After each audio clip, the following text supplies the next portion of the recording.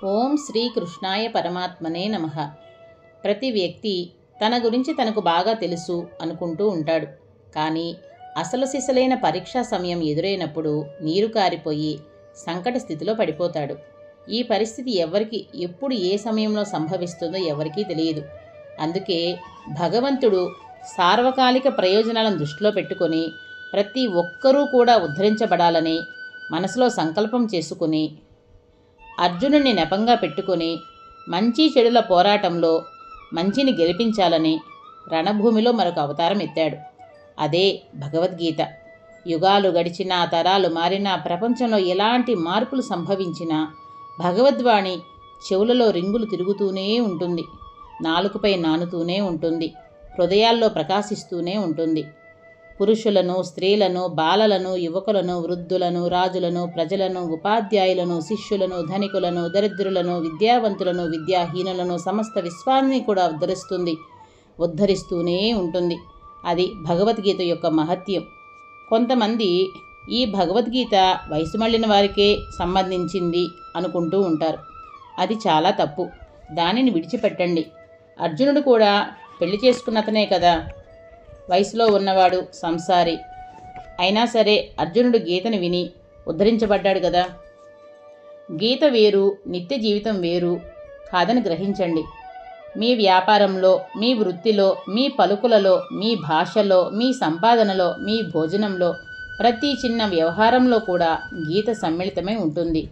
కనుక గీత మిమ్మల్ని ప్రేమించి, పాలించి, బోధించి, శాసించి, హితోక్తుల్ని చెప్పి మహాపురుషుల్లాగా తీర్చిదిద్దుతుంది. కనుక గీతను తెలుసుకొని రాతను మార్చుకుందాం. తలరాతను మార్చుకోవాలంటే భగవద్గీతలో ఏమి ఉందో మనం తెలుసుకుంటూ పారాయణ చెయ్యాలి. అందుకే విద్యార్థులను, సామాన్య ప్రజలను కూడా మనసులో ఉంచుకొని భగవద్గీతలోని శ్లోకాలన్నీ చక్కగా తాత్పర్యాన్ని జతగూర్చి రాశారు. ఈ భగవద్గీతను విని మీరు కూడా ఇవన్నీ తెలుసుకోండి. ఈ భగవద్గీతని విని సద్వినియోగం చేసుకోండి. ఈ గీతను ప్రతి ఇంటిలో కూడా ఉంచుకొని అర్థం తెలుసుకుంటూ పారాయణం చేయండి. మీ జీవితంలో ఊహించని మంచి మార్పును మీరే చూస్తారు. శ్రీకృష్ణ పరమాత్మ అనుగ్రహం పిల్లలు, పెద్దలు, సమస్త జగత్తు మీద ప్రసరించుగాక. మీ సమస్యలన్నీ తీరి మీకు సుఖశాంతి సంతోషాలు లభించుగాక. ఓం శ్రీ పరమాత్మనే నమః. అథ చతుర్థోऽధ్యాయః జ్ఞానయోగః. శ్రీభగవానువాచ ఇమం వివస్వతే యోగం ప్రోక్తవానహమవ్యయం వివస్వాన్మనవే ప్రాహ మనురిక్ష్వాకవే బ్రవీత్. ఏవం పరంపరా ప్రాప్తం ఇమం రాజర్షయో విదుః. సకాలే నేహ మహతా యోగో నష్టః పరంతప. స ఏవాయం మయా తేద్య యోగః ప్రోక్తః పురాతనః. భక్తోసి మే సఖా చేతి రహస్యం హ్యేతదుత్తమం. అర్జున ఉవాచ అపరం భవతో జన్మ పరం జన్మ వివస్వతః. కథమేతద్విజానీయాం త్వమాదౌ ప్రోక్తవానితి. శ్రీభగవానువాచ బహూని మే వ్యతీతాని జన్మాని తవ చార్జున. తాన్యహం వేద సర్వాణి నత్వం వేత్థ పరంతప. అజోపి సన్నవ్యయాత్మా భూతానామీశ్వరోపి సన్. ప్రకృతిం స్వామధిష్ఠాయ సంభవామ్యాత్మమాయయా. యదా యదా హి ధర్మస్య గ్లానిర్భవతి భారత. అభ్యుత్థానమధర్మస్య తదాత్మానం సృజామ్యహం. పరిత్రాణాయ సాధూనాం వినాశాయ చ దుష్కృతాం. धर्मसंस्थापनार्थाय सम्भवामि युगे युगे। जन्म कर्म च मे दिव्यम् एवं वेत्ति तत्त्वतः त्यक्त्वा देहं पुनर्जन्म नैति मामेति सोऽर्जुन। वीतरागभयक्रोधाः मन्मया मामुपाश्रिताः बहवो ज्ञानतपसा पूता मद्भावमागताः। ये यथा मां प्रपद्यन्ते तांस्तथैव भजाम्यहं मम वर्त्मानुवर्तन्ते मनुष्याः पार्थ सर्वशः। काङ्क्षन्तः कर्मणां सिद्धिं यजन्त इह देवताः क्षिप्रं हि मानुषे लोके सिद्धिर्भवति कर्मजा। चातुर्वर्ण्यं मया सृष्टं गुणकर्मविभागशः तस्य कर्तारमपि मां विद्यकर्तारमव्ययम्। न मां कर्माणि लिम्पन्ति न मे कर्मफले स्पृहा इति मां योऽभिजानाति कर्मभिर्न स बध्यते। एवं ज्ञात्वा कृतं कर्म पूर्वैरपि मुमुक्षुभिः कुरु कर्मैव तस्मात् त्वं पूर्वैः पूर्वतरं कृतं। किं कर्म किमकर्मेति कवयोऽप्यत्र मोहिताः तत्ते कर्म प्रवक्ष्यामि यज्ञात्वा मोक्ष्यसे शुभात्। कर्मणो ह्यपि बोद्धव्यं च विकर्मणः अकर्मणश्च बोद्धव्यं गहना कर्मणो गतिः। कर्मण्यकर्म यः पश्येत् अकर्मणि च कर्म यः स बुद्धिमान् मनुष्येषु स युक्तः कृत्स्नकर्मकृत्। यस्य सर्वे समारम्भाः कामसङ्कल्पवर्जिताः ज्ञानाग्निदग्धकर्माणं तमाहुः पण्डितं बुधाः।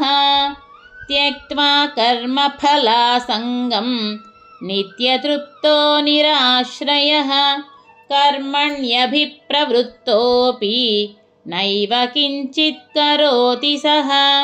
निराशीर्यततिक्तात्मा त्यक्तसर्वपरिग्रहः शारीरं केवलं कर्म कुर्वन्नाप्नोति किल्बिषम्। यदृच्छालाभसन्तुष्टः द्वन्द्वातीतो विमत्सरः समसिद्धावसिद्धौ च कृत्वापि न निबध्यते।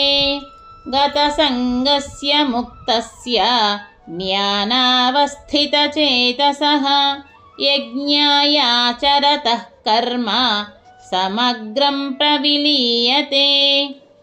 ब्रह्मार्पणं ब्रह्महविः ब्रह्माग्नौ ब्रह्मणाहुतं ब्रह्मैव तेन गन्तव्यं ब्रह्मकर्मसमाधिना। दैवमेवापरे यज्ञं योगिनः पर्युपासते ब्रह्माज्ञावपरे यज्ञं यज्ञेनैवोपजुह्वति। श्रोत्रादीनीन्द्रियाण्यन्ये संयवाग्निषु जुह्वति। शब्दादीन् विषयानन्ये इन्द्रियाग्निषु जुह्वति। सर्वाणि इन्द्रियकर्माणि प्राणकर्माणि चापरे आत्मसंयमयोगाग्नौ जुह्वति ज्ञानदीपिते। द्रव्ययज्ञास्तपोयज्ञाः योगयज्ञास्तथा परे स्वाध्यायज्ञाय यज्ञाश्च यतयः संशितव्रताः अपाने जुह्वति प्राणं प्राणे पानं तथा परे प्राणापानगतिरुद्ध्वा प्राणायामपरायणाः अपरे नियताहाराः प्राणान् प्राणेषु जुह्वति सर्वेऽप्येते यज्ञविदः यज्ञक्षपितकल्मषाः यज्ञशिष्टामृतभुजः यान्ति ब्रह्म सनातनं नायं लोकोऽस्त्ययज्ञस्य कुतोऽन्यः कुरु सत्तम एवं बहुविधा यज्ञाः वितता ब्रह्मणो मुखे कर्मजान् विद्धितान् सर्वान् एवं ज्ञात्वा विमोक्ष्यसे श्रेयान् द्रव्यमयाद्यज्ञात् ज्ञानयज्ञः परन्तप सर्वं कर्माखिलं पार्थ ज्ञाने परिसमाप्यते तद्विद्धि प्रणिपातेन परिप्रश्नेन सेवया उपदेक्ष्यन्ति ते ज्ञानं ज्ञानिनस्तत्त्वदर्शिनः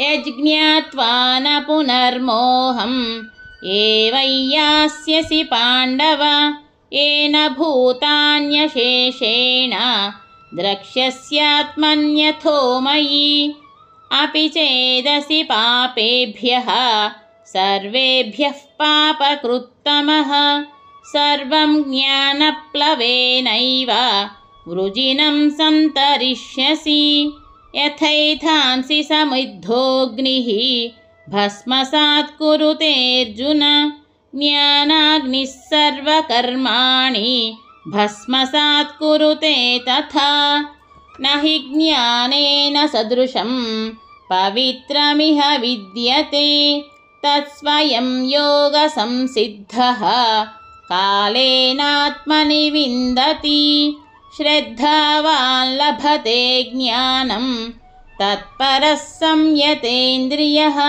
ज्ञानं लब्ध्वा परां शान्तिम् अचिरेणाधिगच्छति अज्ञश्च श्रद्धदानश्च संशयात्मा विनश्यति नायं लोकोऽस्ति न परः न सुखं संशयात्मनः योगसन्न्यस्तकर्माणं ज्ञानसञ्छिन्नसंशयम् आत्मवन्तं न कर्माणि निबध्नन्ति धनञ्जय तस्मादज्ञानसम्भूतं हृत्स्थं ज्ञानासीनात्मनः छित्त्वैनं संशयं योगम् आतिष्ठोत्तिष्ठ भारत। ॐ तत्सदिति श्रीमद्भगवद्गीतासु उपनिषत्सु ब्रह्मविद्यायां योगशास्त्रे श्रीकृष्णार्जुनसंवादे ज्ञानयोगो नाम चतुर्थोऽध्यायः। अथ पञ्चमोऽध्यायः कर्मसन्न्यासयोगः। अर्जुन उवाच सन्न्यासं कर्मणां कृष्ण पुनर्योगं च शंससि यच्छ्रेययेतयोरेकं తన్మే బ్రూహి సునిశ్చితం. ఈరోజు 4వ అధ్యాయం జ్ఞానయోగం పూర్తయింది. రేపు మరలా నెక్స్ట్ చేసే వీడియోలో 5వ అధ్యాయం అంటే కర్మ సన్యాస యోగం గురించి విందాం. జై శ్రీకృష్ణ.